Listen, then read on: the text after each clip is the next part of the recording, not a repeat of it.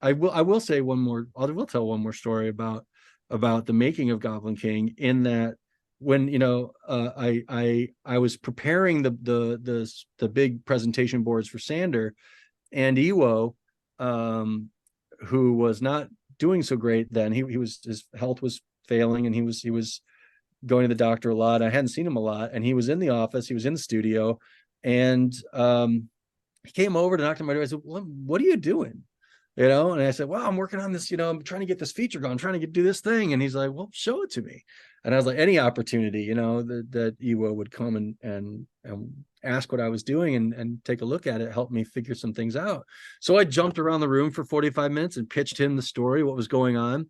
And Iwo was very much he was a Japanese descent, and very much a gentleman, and in many ways a samurai, that very sort of very stoic and in a way hard to read sometimes surface, but very exacting and very high standards for his own work and anything that he did, which is why everything you ever look at that he does is just beautiful and brilliant.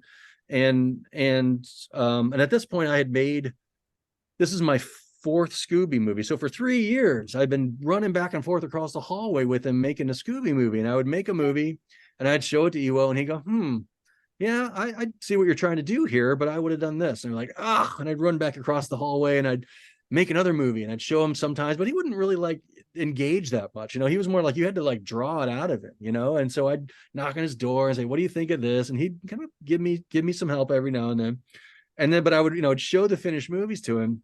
And in this case, I was walking him through the whole pre-plan of the movie before we'd made it.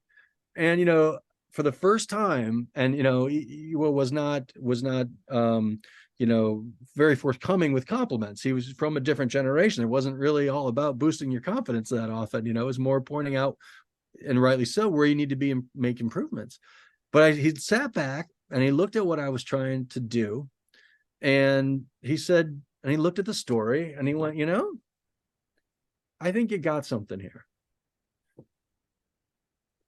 Which I'd never heard him say that at all about anything I ever did. He only ever said, "I see what you're trying to do." But, in this case, he said, "I think you got something here." And then he asked me, and he knew I was trying to do a feature, and I'll share this. And I don't share it often, but I'll share it here. He said, and he came, Iwo came out of Disney feature. He was on Lady and the Tramp, and he was at, he's Milt Kahl's assistant animator for 20 years.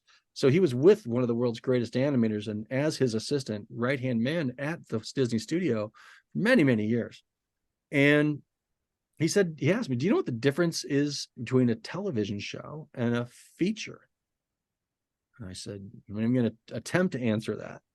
And he said, "A feature gives you something to take home in your pocket. TV shows is kind of fun and disposable, but a movie gives you something that you take home in your pocket, and you might think about it in a week as the weeks roll on. And a couple of weeks later, you go, that still thing kind of stuck with me." And he said he thought, what we had here had some of that, and what that was that Jack, in the middle of the movie, when he drops off Shaggy and Scooby at the witch's hut and leaves them, he says, "You guys got this, and you'll be able to handle this. You guys have shown courage."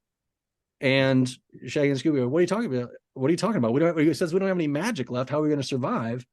And Jack says, "No, you guys have shown courage, and courage is the most powerful magic of all." And that's the theme of the movie.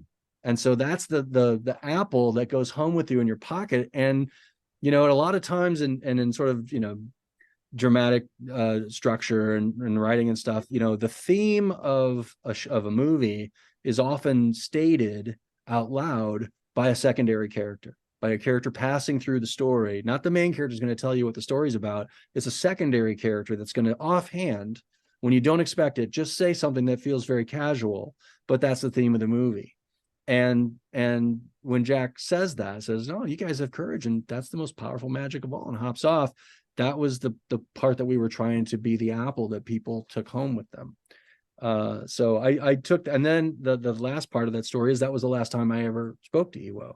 He passed away about a week later, unexpectedly. And so my very last conversation with him was not only one of my first, if ever, compliments from him that just maybe I wasn't terrible at this, but also that little nugget of, oh, taking something, you know, giving the audience something that they can take home that's meaningful is a very powerful possibility.